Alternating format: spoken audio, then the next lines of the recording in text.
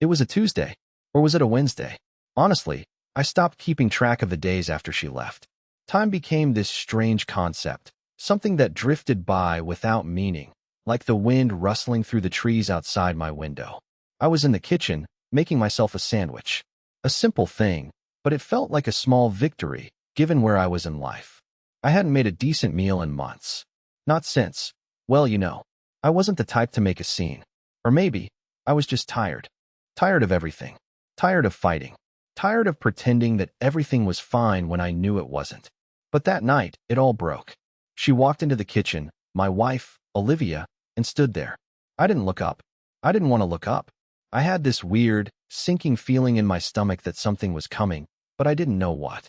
It was like being on the edge of a cliff, knowing you were about to fall, but not knowing when. "I'm done," she said. Her voice wasn't soft or gentle. It wasn't even angry. It was just flat, like she was reading off a script. I froze. The knife in my hand slipped from my grasp, falling to the counter with a loud clatter. She didn't flinch, didn't even blink. She just stared at me with those eyes. Eyes that once seemed to hold a universe of possibilities, now empty and cold. "I want a divorce," she added. The words hung in the air, suspended for a moment. I couldn't breathe. I didn't know how to react. It wasn't that I didn't see it coming. In the last few months, I had felt her slipping away, like sand through my fingers. But hearing it, seeing it in those few words, made it real. It made it final. There was no going back from that. I opened my mouth, but nothing came out at first. I wasn't angry. I wasn't heartbroken. I just felt nothing. A numbness washed over me. It was like I was watching this unfold from a distance, as if it was happening to someone else.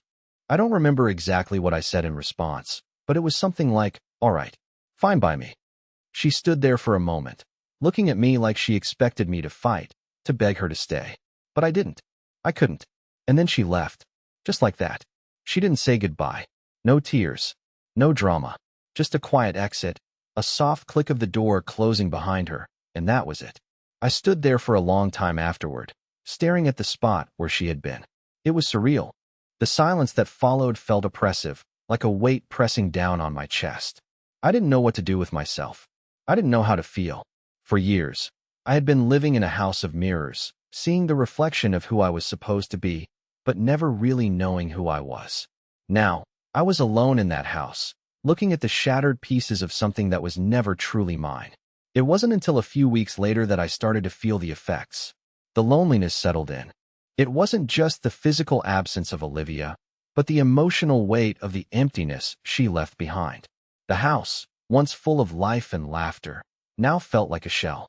I tried to fill the void in stupid ways. Long nights of binge-watching shows I didn't care about, eating takeout because I couldn't be bothered to cook, even going on walks at odd hours of the night just to escape the suffocating silence. But no matter what I did, the emptiness was always there, like a shadow following me around. It gnawed at me. I tried to focus on work, on the things I could control, but even that felt hollow. I didn't know what I was supposed to do next. I didn't know where to go. I had spent so much time building a life for us, a life that now felt like it had been erased in a single conversation. I wasn't angry at Olivia. Maybe I should have been, but I wasn't. I was angry at myself for not seeing it coming, for not fighting harder, for not being the man she needed. But I was also angry at the life I had created. It wasn't the life I wanted. It wasn't the life I had dreamed about when I was younger. It was a life built on the illusion of happiness, on the idea that if you worked hard enough, things would fall into place. But nothing had fallen into place. Not for me. Not for her. And that's when it hit me. I needed to get away. I needed a new start, far away from everything that had reminded me of what I had lost. So, I did something reckless. I packed up my things and left the city. I left the job, I left the house, and I moved to a cabin in the woods. I had no plan, no real direction, just the need to escape the suffocating familiarity of my old life. The cabin wasn't much, just a small, run-down place that I bought for next to nothing. But it was mine, and it was isolated. It was the kind of place where the only sound you hear is the wind rustling through the trees and the occasional bird chirping in the distance. It felt like a place where I could finally breathe. At first, I didn't do much. I just sat there, staring at the walls, trying to figure out who I was now. It was the first time in my life that I didn't have any distractions. No work, no obligations. Just me and my thoughts. But I wasn't prepared for what would happen next. It was a month later, exactly a month after Olivia walked out, that I heard a knock on the door. At first, I thought it was just my mind playing tricks on me. But then I heard it again. 3 sharp knocks, and then silence. I opened the door, and there she was, Olivia, standing on the other side, looking at me like she had just found me in some foreign place. Something in her eyes, confusion, regret? I couldn't tell, but I knew one thing. Life, it seemed, wasn't done with me yet. I hadn't heard her name in weeks, but the moment she spoke it, it was like a ghost had entered the room. The air around me seemed to freeze.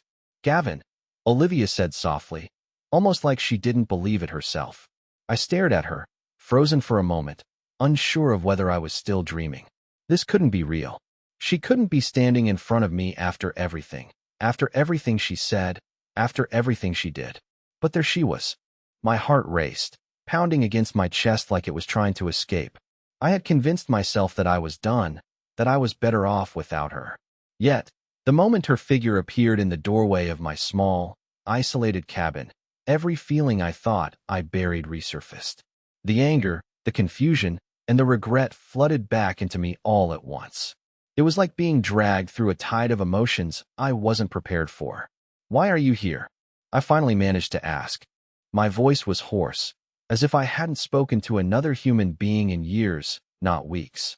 She shifted uncomfortably, her eyes darting around the cabin, not meeting mine. I don't know. I thought I could find you. I need to talk." Talk? I didn't even know where to begin. The last time we spoke, she made it clear she wanted out.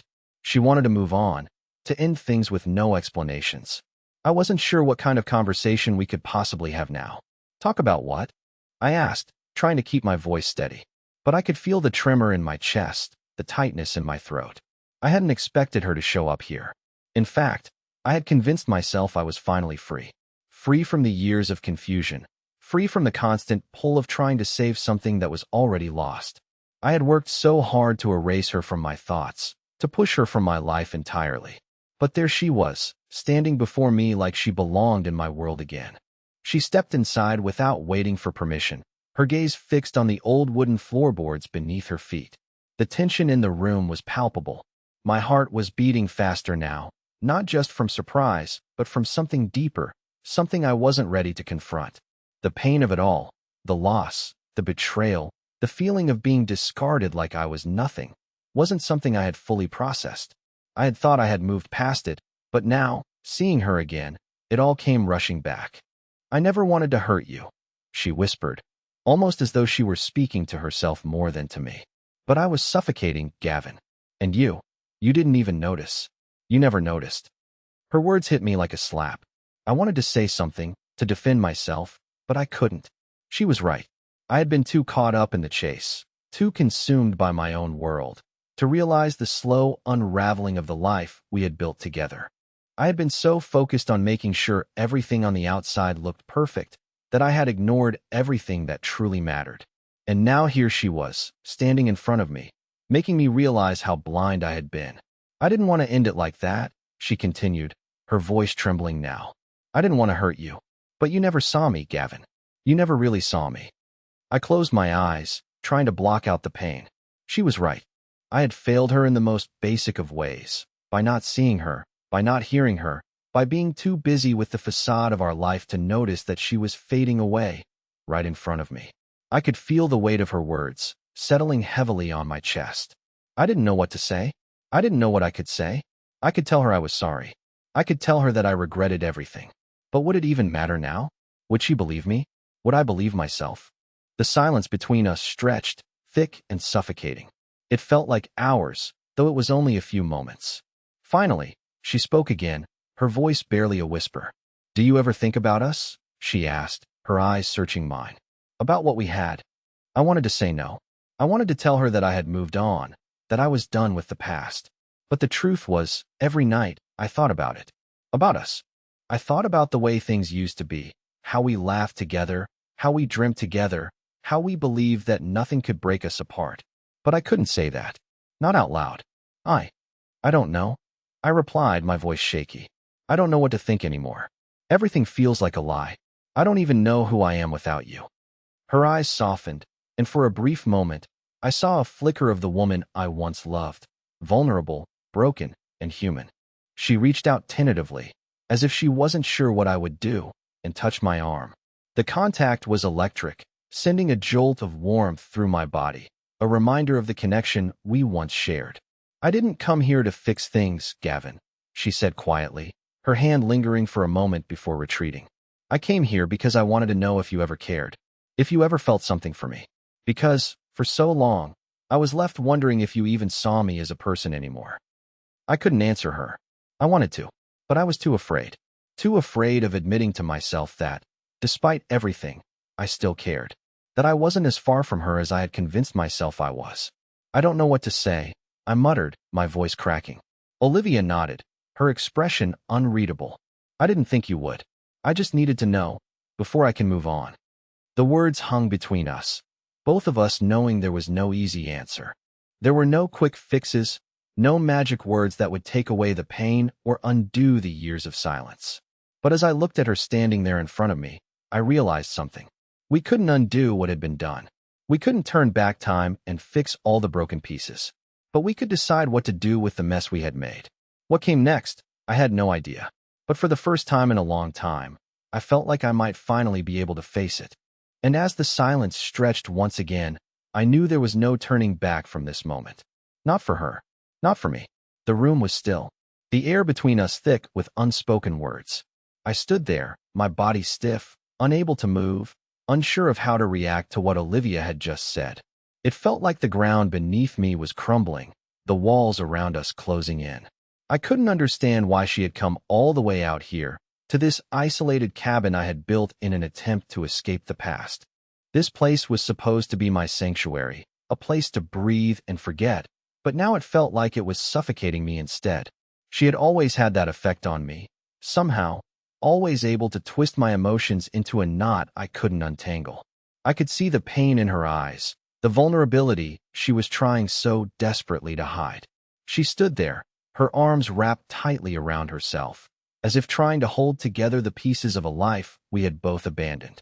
"I didn't think you'd still care," she said softly, her voice barely above a whisper. "I didn't think I'd still care, but I had to know.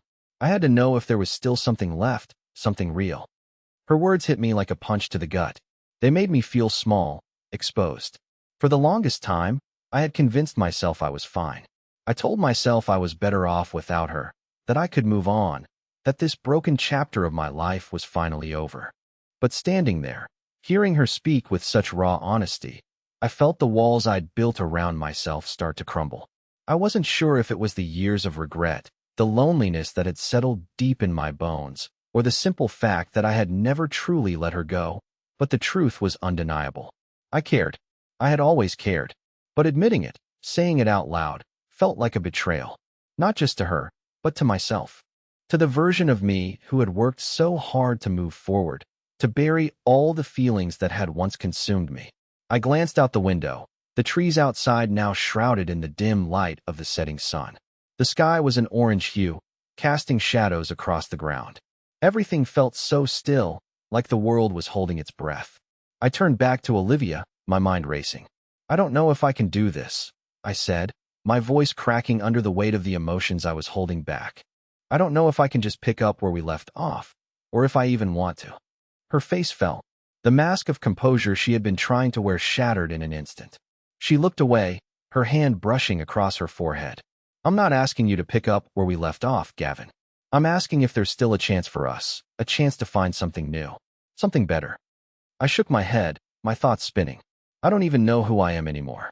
You left, and I stopped myself, unsure of how to finish the sentence. The truth was, I had never truly known who I was without her. And now, with her standing in front of me, I felt like I was being asked to pick up the shattered pieces of a life I didn't even recognize. She sighed, her shoulders slumping as she finally met my eyes. "I didn't come here to ask for you to fix everything. I just needed to know if you still cared, if you ever really did." I opened my mouth to respond, but the words got stuck in my throat. The truth was, I didn't know. I didn't know if I still loved her the way I once had, or if the love I thought we shared was just a fleeting memory now, something that had withered away with time. But there was something else in me, something deeper, something that still wanted to believe. It wanted to believe that we could figure it out, that we could salvage what was left of us, even if it wasn't the same as it had been before. "I don't know what you want from me," I whispered, feeling more lost than I ever had before. "I don't know if I can give you anything." She reached out then, slowly, as though testing the waters, and placed her hand on my arm. The warmth of her touch sent a shock through me, jolting me out of my spiraling thoughts. It was as if her touch was a reminder of everything we had once shared, everything that was still buried beneath the layers of anger, confusion, and pain. "Just be honest with me, Gavin," she said, her voice soft and pleading. "Tell me if there's still a part of you that wants this. If there's still a part of you that wants me." I closed my eyes, trying to block out the flood of emotions threatening to overwhelm me. I wasn't sure what I wanted. I wasn't sure if I could ever truly forgive her for leaving, or if I could ever trust her again. But what I did know was that I couldn't walk away from this conversation, from her, without being honest with myself. I took a deep breath and opened my eyes, meeting her gaze once again. "I don't know if I can forgive you," I said, my voice steady despite the storm inside. "But I do know that I'm not the same person I was when you left, and I don't want to live in the past anymore." Her expression softened, and for a brief moment, I saw a flicker of hope in her eyes. I wasn't sure if that hope was for me, for us, or just for herself. But in that moment, it didn't matter. It was enough that she was still here, still fighting, still trying. "I don't know what's going to happen next," I continued, the weight of the uncertainty hanging between us. "But I think I'm willing to find out." The silence that followed wasn't heavy or uncomfortable. It felt like a new beginning, a fragile thread that connected us in a way that wasn't based on what we had been, but on what we could still become.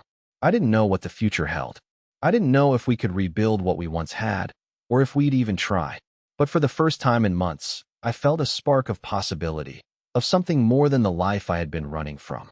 And for the first time in a long time, I wasn't sure if that was a good or a bad thing. All I knew was that life had a way of throwing you back into situations you thought were long gone. And sometimes, just sometimes, you have to face them head on, even if you're not sure you're ready. The days that followed Olivia's sudden reappearance felt like I was caught in a storm, each gust of wind pulling me in a different direction. We didn't speak much after that moment in the cabin, but there was an unspoken shift, a quiet tension that neither of us seemed to know how to navigate.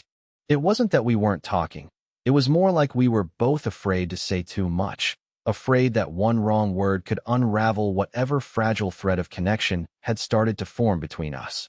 Olivia spent a few days at the cabin with me, but she kept her distance, almost as if she didn't want to be too close to the person she used to know. She busied herself with the mundane tasks around the cabin, organizing the kitchen, folding laundry, setting things in their place. Acts that seemed so normal, yet I couldn't help but notice how strange they felt in this new reality. The life we had once shared felt so far away, like a distant memory that was slipping through my fingers the longer she stayed. I had tried to be civil, to be the man I thought I should be, but every time I looked at her, I saw the woman who had left, the woman who had walked out of my life without a second thought. And that image conflicted with the woman standing in front of me now, soft, uncertain, trying to find her place in a world we both knew was falling apart. On the third day, I woke up to the sound of her walking around the kitchen, her footsteps light but steady. I had been lying in bed, staring at the ceiling, thinking about the past, about how it had all led to this point.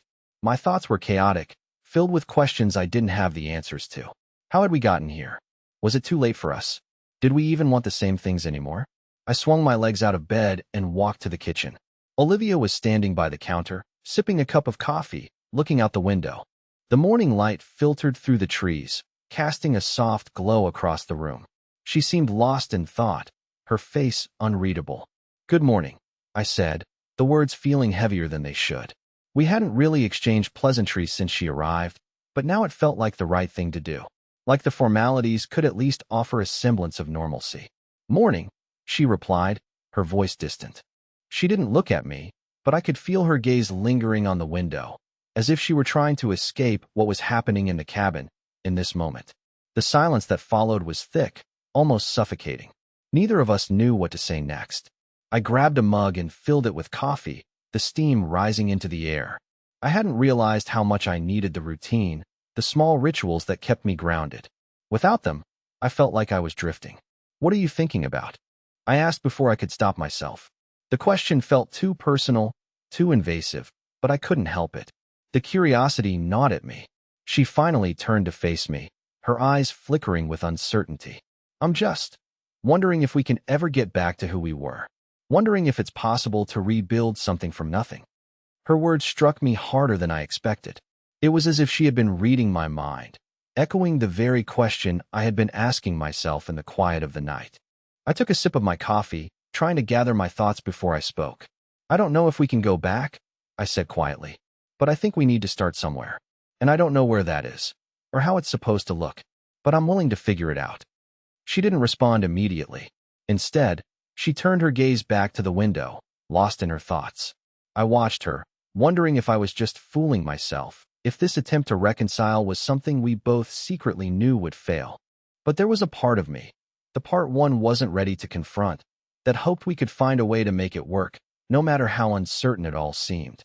I think we've both changed, Olivia finally said, her voice almost a whisper.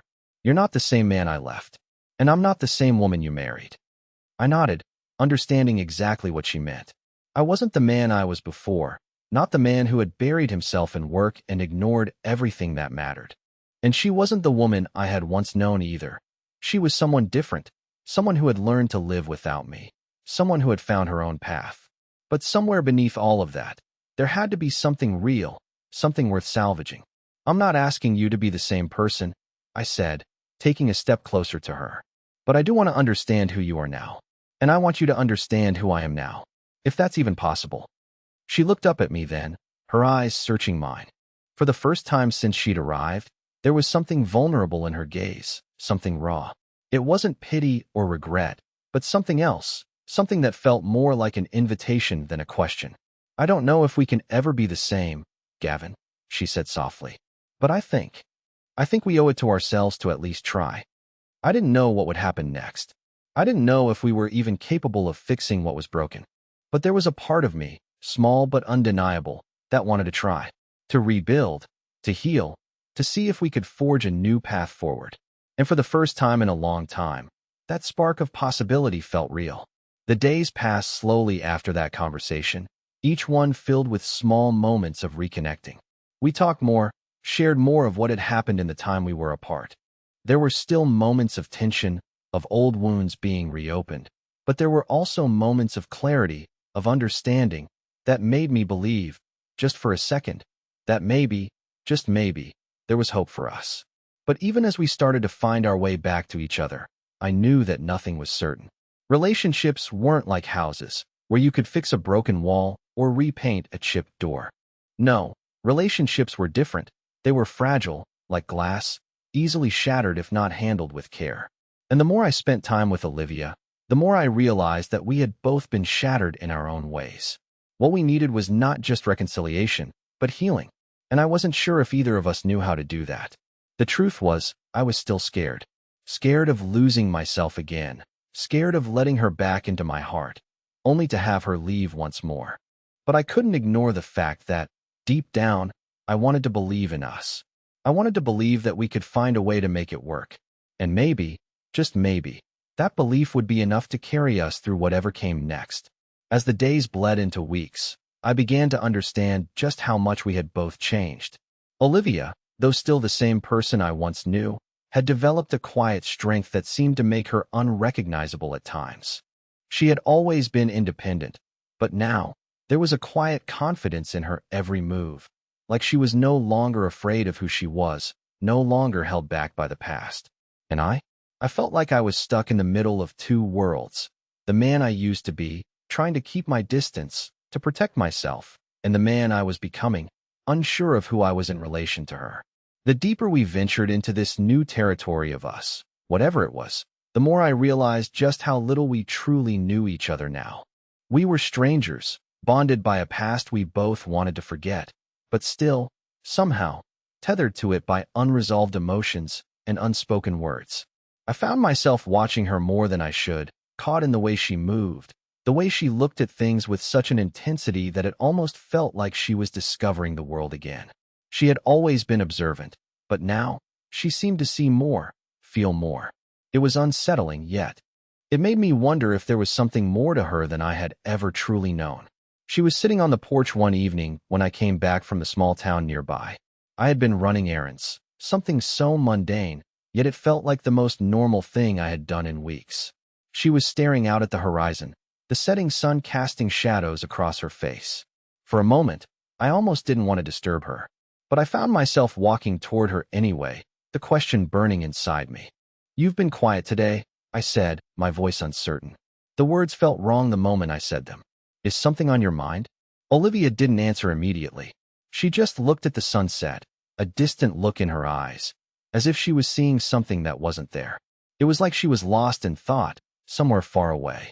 "I've been thinking," she finally said, her voice softer than I expected. "About what comes after us." I swallowed, trying to steady my breath. This wasn't the conversation I had expected. We had danced around the idea of what might happen between us, but we hadn't really confronted it head-on. "Not like this." "What do you mean?" I asked, my voice barely above a whisper. She looked at me then, and for the first time since she walked back into my life, I saw vulnerability in her eyes. The kind of vulnerability that terrified me. "I mean, if we can fix this, if we can even try to fix this, can we really rebuild everything we had? Or is it too late?" Her question hung in the air between us, heavy and loaded. The breeze picked up, rustling the leaves of the trees around us, but there was no escaping the tension in that moment. She wasn't just asking about us. She was asking about something deeper, about the possibility of forgiveness, of healing, of starting over. And I didn't know how to answer. I wasn't even sure if I wanted to answer. The truth was, I had spent so long convincing myself that I was okay with being alone, that I was fine with the life I had carved out for myself without her, that facing the reality of us again was terrifying. It wasn't just about the mistakes we had made or the things we couldn't undo. It was about who we had become in the absence of each other. Could we even recognize the people we were now? "I don't know if we can fix this," I admitted, my voice raw. "I don't know if we can go back to what we had, but I don't want to keep running from it. And I don't want you to keep running either." She nodded slowly, her gaze never leaving mine. "I'm not running," she said quietly. "I'm just scared." I was scared too. Scared that everything we had built together was irreparably broken. Scared that I wasn't enough, that we weren't enough to make it through the wreckage of our past. Scared that we would only end up hurting each other more in the end. But there was also something else. Something I wasn't ready to admit yet. Despite the fear, despite the uncertainty, I still wanted to try. I didn't know what that looked like, or if it would even work. But I didn't want to walk away from her again. Not without giving it everything I had. "I don't want to hurt you," I said, the weight of the words settling in my chest. "I'm not sure what this is, what we are, but I'm willing to figure it out. If you are." For a long moment, Olivia didn't say anything. She just stared at me, as though weighing my words, as though trying to decide if they were real. Finally, she spoke. "I want to believe that we can still find a way forward, but I don't know if I'm strong enough to do it alone." I felt my heart drop into my stomach. "You're not alone," I said, my voice thick with emotion. "We're in this together, whatever comes next." It was a fragile promise, one that neither of us could fully understand, but it was a promise nonetheless. And for the first time in weeks, I allowed myself to believe in something, anything, that wasn't bound by the past. But even as I said those words, there was something else gnawing at me, something I hadn't said out loud yet. A fear that lingered just beneath the surface. What if we weren't meant to fix this? What if everything we had tried to rebuild would just crumble again? What if, despite everything, we were just two people too broken to ever truly find our way back? I didn't know the answers, but I did know this. We were standing on the edge of something new, and whatever it was going to be the hardest thing we'd ever faced. And I wasn't sure if either of us was ready for what came next. The next few days felt like a strange limbo. Olivia and I existed side by side, moving through our lives like two people who had once known each other intimately, but had now become strangers.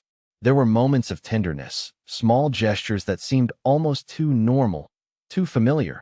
But then there were the silences, the heavy, suffocating silences, that reminded me how much we had changed. Neither of us knew how to break them, or if we even should. Every time I tried to reach out, to bridge the gap between us, It felt like I was pushing against something that wouldn't budge. And yet, there was a part of me that couldn't let go. A part of me that still believed in the possibility of us, even though it seemed impossible.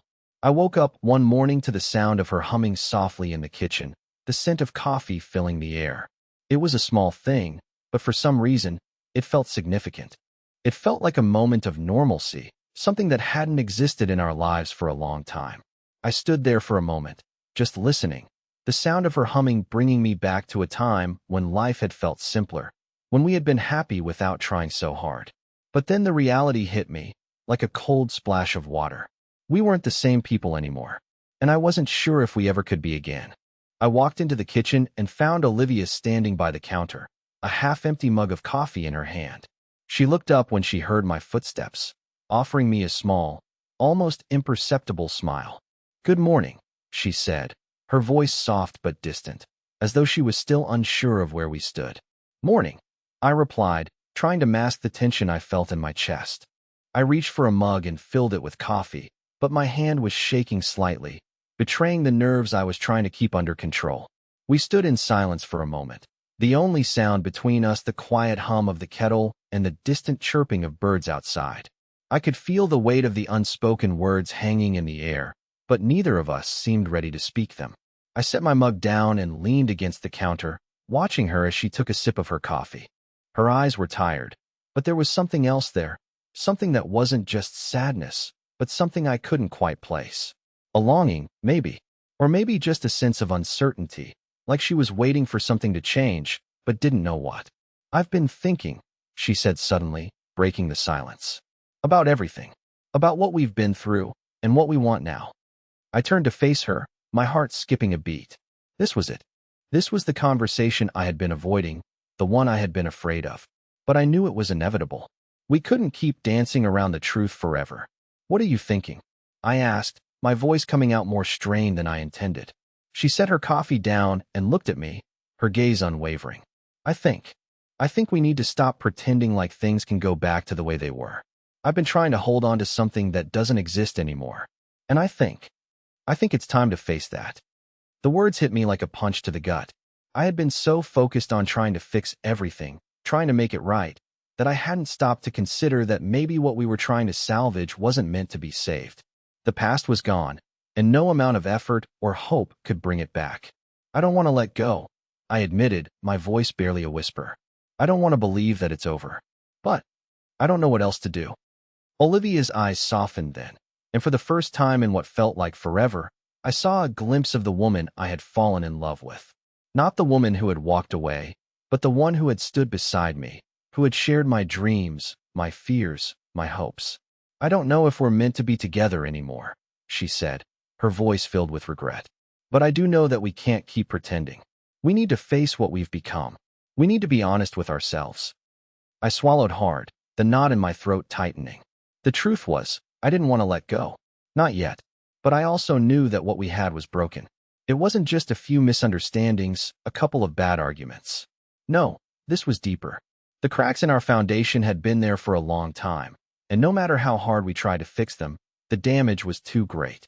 We couldn't pretend to be the people we were before. Not anymore. "I don't know if we can fix this," I said again, the words coming out like a confession. "But I'm willing to try. If you are." She hesitated for a long moment, as if weighing my words against her own fears, her own doubts. Finally, she nodded, though it was clear she didn't have all the answers either. "I'm willing to try too," she said quietly. "But I don't know what that looks like yet. I don't know how to fix what's broken." Neither did I. But in that moment, it didn't matter. What mattered was that we were both acknowledging the truth. We couldn't go back. But maybe, just maybe, we could find a way forward. Together or apart, I wasn't sure. But I knew we had to face whatever came next head on. And as the silence stretched between us again, I realized something. No matter how broken we were, no matter how much we had lost, there was still something worth fighting for. Even if it wasn't the version of us we once had. Even if it was just a shadow of what we had hoped for, there was something there, something that made me believe in the possibility of us again. And that, I realized, was enough for now. A few days passed, each one feeling more like a test than the last. Olivia and I had found a strange rhythm. It wasn't perfect, but it was something. We would talk a little, maybe laugh once in a while, but there was always an undercurrent of tension between us. A feeling that at any moment, everything we had been trying to rebuild could come crashing down. And for me, it felt like I was walking on a tightrope, barely keeping my balance. Always one wrong step away from falling into the abyss. We spent more time together, though. The days were filled with moments of awkward silences, but also small victories. A shared look, a quiet conversation, a touch on the shoulder as we passed each other. It wasn't much, but it was more than we had shared in months. Still, despite the small shifts in our interactions, something was missing. It was like we were both circling around the truth, never quite able to confront it head-on. I had told myself I was ready to face whatever came next, that I could accept whatever truth we discovered about our relationship. But as the days wore on, I felt more and more unsure. The thought of truly letting go of the life we had once dreamed of was terrifying. It wasn't just the idea of losing her, of losing us. It was the realization that maybe, after everything, we were just two people who had grown in different directions. People who no longer recognized each other. One night, about a week after our conversation on the porch, Olivia and I found ourselves in the kitchen again. This time, though, it was different. The energy in the room was heavier. The silence between us felt like it was thickening, suffocating us both. I had been cleaning up after dinner, my mind wandering as I rinsed the dishes, lost in thought. But when I turned around, I saw Olivia standing by the door, her arms crossed, her expression unreadable. She was waiting for something. I didn't know what, but I could feel the change in the air. Something was about to happen. It was almost as if she had finally made a decision, one that neither of us was ready to face. "Gavin, we need to talk," she said, her voice low, almost hesitant. I dried my hands quickly, my heart starting to pound. I could feel the weight of her words, the way they hung in the air like a storm cloud, threatening to burst. "About what?" "About us," she replied, her eyes searching mine.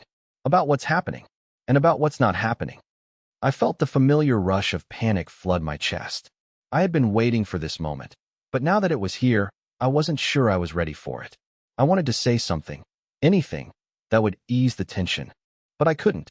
I just stood there, waiting for her to continue, knowing this conversation would change everything. "I've been thinking a lot," Olivia continued, her gaze never leaving mine. "About how we got here, about the way we've been trying to fix things. And the more I think about it, the more I realize something." She paused, as if weighing her words carefully. "I don't know if I can keep doing this." The words hit me like a slap. I had known, deep down, that we were teetering on the edge of something. But hearing her say it out loud felt like the floor had dropped out from beneath me.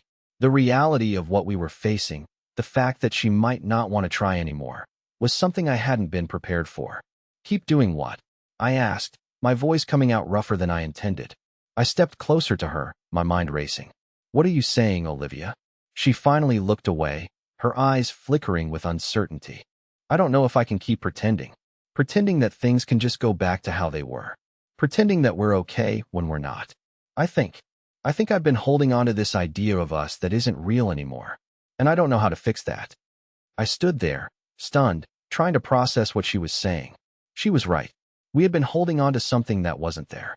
We had been trying to force something to work that had already broken. I had known it, deep inside, but I hadn't wanted to admit it. Not to her, not to myself. "I don't want to lose you," I said, the words coming out before I could stop them. It was the truth, plain and simple, but it felt so much bigger than that. I didn't want to lose everything we had built, everything we had dreamed about. Even though I knew it was slipping away from me, I wasn't ready to let it go. Olivia took a deep breath, her eyes finally meeting mine. "I don't want to lose you either. But I don't know how much longer I can keep pretending that this is working. I think I've been fooling myself into believing we could just pick up where we left off. But we can't. Not without being honest. Not without facing the truth of who we've become." The silence that followed her words was deafening. It wasn't anger or frustration that filled the space between us, but something much harder to understand: resignation. The understanding that no matter how much we wanted it, we couldn't turn back time. We couldn't erase the years that had passed, the mistakes we had made. The truth was that we were no longer the people we had been when we first met. And I wasn't sure if we could ever be those people again. "I don't know what to do anymore," I admitted, the weight of everything I had been holding back crashing down on me. I want to try, Olivia. I really do. But I don't know if we're just too broken. She didn't say anything at first. She just stood there, her eyes searching mine, like she was trying to find something in me, something that would give her the answer she was looking for. But I didn't have it. I didn't have any more answers. We were both just two people standing in the wreckage of something that had once felt unbreakable, unsure of what to do next. I don't know if I can do this anymore, she whispered, the words barely audible. The finality in her voice made my heart drop. She wasn't just speaking about us, about the relationship we had shared. She was speaking about everything, about the possibility that we might not make it through this. And that, more than anything, was the hardest truth I had to face. I wanted to reach out, to tell her we could still find a way. But deep down, I knew she was right. We couldn't keep pretending. And maybe, just maybe, the only way forward was to let go. The storm inside me raged, but I didn't know if I was ready to face the calm that would follow. The air in the kitchen felt heavy, almost suffocating, as Olivia's words hung between us like an unspoken truth. I didn't know how to respond. Part of me wanted to scream, to tell her that I wasn't ready to let go, that I couldn't imagine a life without her in it. But there was another part of me, the part that had been growing quieter over the past few weeks, that knew she was right. We couldn't go back. We couldn't pretend that everything was okay when it wasn't. But that didn't mean everything was lost. And that didn't mean we couldn't find a way forward, even if it wasn't the path we thought we'd be walking down when we first met. I stood there, looking at her, my heart pounding in my chest. The silence stretched, and for a brief moment, I thought maybe this was it. Maybe this was the end. But then, something shifted. Something deep inside me told me that we weren't done. Not yet. I took a step toward her, my mind still racing, but my heart strangely calm. Olivia, I said, my voice steady, though it was full of emotion. I know we can't go back. I know we're not the same people we were before, and maybe that's okay. But I don't want to lose what we've built. I don't want to lose us. She looked up at me, her eyes filled with a mix of fear and hope. For the first time in weeks, I saw a glimmer of something that reminded me of the woman I had once fallen in love with. Not the woman who had walked away, but the one who had been by my side, laughing and dreaming, fighting for a future together. We've changed, Gavin, she whispered, taking a small step toward me. But that doesn't mean we can't start something new, something real. The words, so simple yet so profound, hit me harder than I expected. It wasn't about trying to go back or pretending we could be the same people. It was about now, about what we could create in this moment, what we could become. We had both made mistakes, we had both been broken, but in that brokenness, we had an opportunity to rebuild. Not to fix what was lost, but to create something different, something stronger. I'm scared, I admitted, the vulnerability of the moment settling over me like a heavy blanket. But I'm willing to try, not to fix everything, not to make it the way it was, but to see if we can make something new, together. Olivia reached out, her hand trembling slightly as it found mine. Her touch was warm, grounding me in that moment, reminding me that this wasn't the end. It was just the beginning. I'm scared too, she said softly. But maybe that's a good thing. Maybe it means we're still alive, still fighting. And that's enough for now.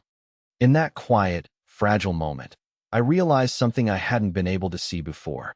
It wasn't the grand gestures, the perfect moments, or the fairy tale ending that mattered.